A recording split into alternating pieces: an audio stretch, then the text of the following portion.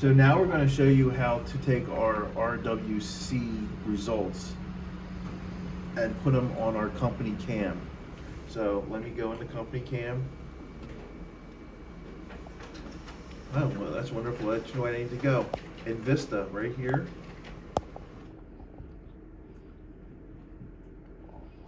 All right, now we're going to go into Documents. Now we're going to upload from your computer. Double tap. Now, this I already have this set up to go right to my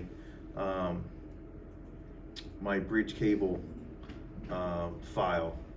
So now I just go to here to Vista, double hit, and it just uploaded. Now we do the other one, the PDF. Same thing. Right here. And now it's uploaded. So there's our PDF, and here's our Excel sheet for a company cam.